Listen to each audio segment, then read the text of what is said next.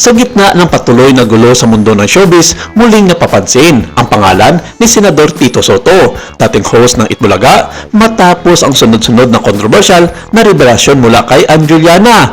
Ang matagal nang iniintriga ng publiko ang umano'y kabit ng senador ay muling ibinukas sa harap ng madla at ang anak nitong si Sara Sotto ay napilitang humarap sa media upang ipagtanggol ang pamilya. Ang eksklusibong revelasyong ito ay muling nagbigay liwanag sa mga nakatagong isyu na matagal nang bumabalot sa pamosong programa at sa personal na buhay ng ilang mga kilalang personalidad.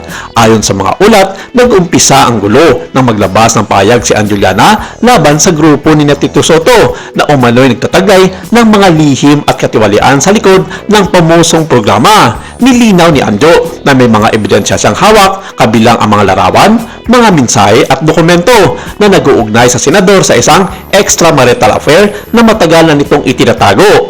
Sabi pa ni Anjo, kahit itanong pa daw sa ilang mga staff na nakatrabaho nila minsan sa Itbulaga at take note daw kahit sa ilang mga kasama nilang mga dating co-host ng sabing noontime show.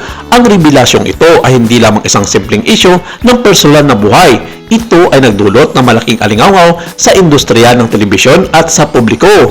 Hindi lamang ang pamilya ang nadamay, kundi pati na rin ang kanilang mga kasamaan sa industriya kasama sina Joey De Leon at Vic Sotto.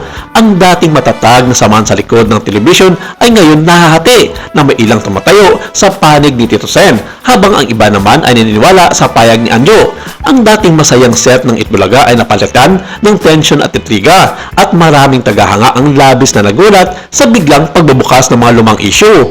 Marami ang nagtatanong kung paano naapektuhan ng kontrobersiya ang reputasyon ng programa at ng kanilang mga personalidad. Ang ilang mga insiders ay nagsasabing matagal na palang may tensyon at alitan sa loob ng grupo at ang revelasyon ni Anjo ay tila pinabilis lamang ang pagsabog ng lumang sigalot.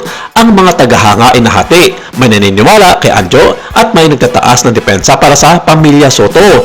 Pero iba ito sa mga naging revelasyon ng dating nabakal sa si Ruby Rodriguez na ngayon ay tahimik nang naninirahan sa Estados Unidos kasama ang kanyang buong pamilya. Sa kanyang maikling panayam kay TFC American correspondent na si Maricar Flores, tinanong si Ruby sa kanyang reaksyon sa mga naging pambubulgar na ito ni Ann Juliana laban sa kanilang kasamaan at kapwa nabakal sa si Tito Sen.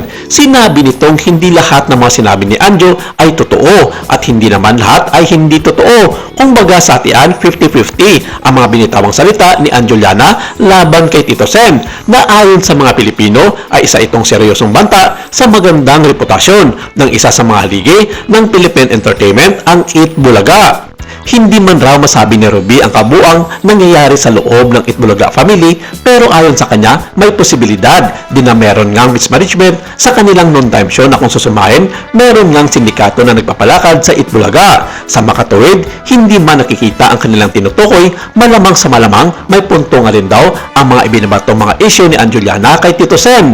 Dagdag pa ni Ruby kung ano raw ang nakikita ng taong bayan sa Itbulaga at sa mga taong involved sa isyong ito ay yun na raw yun. Sa kabila ng matitinding revelasyon, natiling tahimik si Senador Tito Sotto.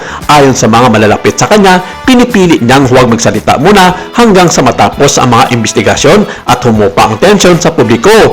Gayunpaman, maraming naniniwala na darating ang panahon na siya na mismo ang magbibigay ng linaw sa mga paratang tungkol sa kanya.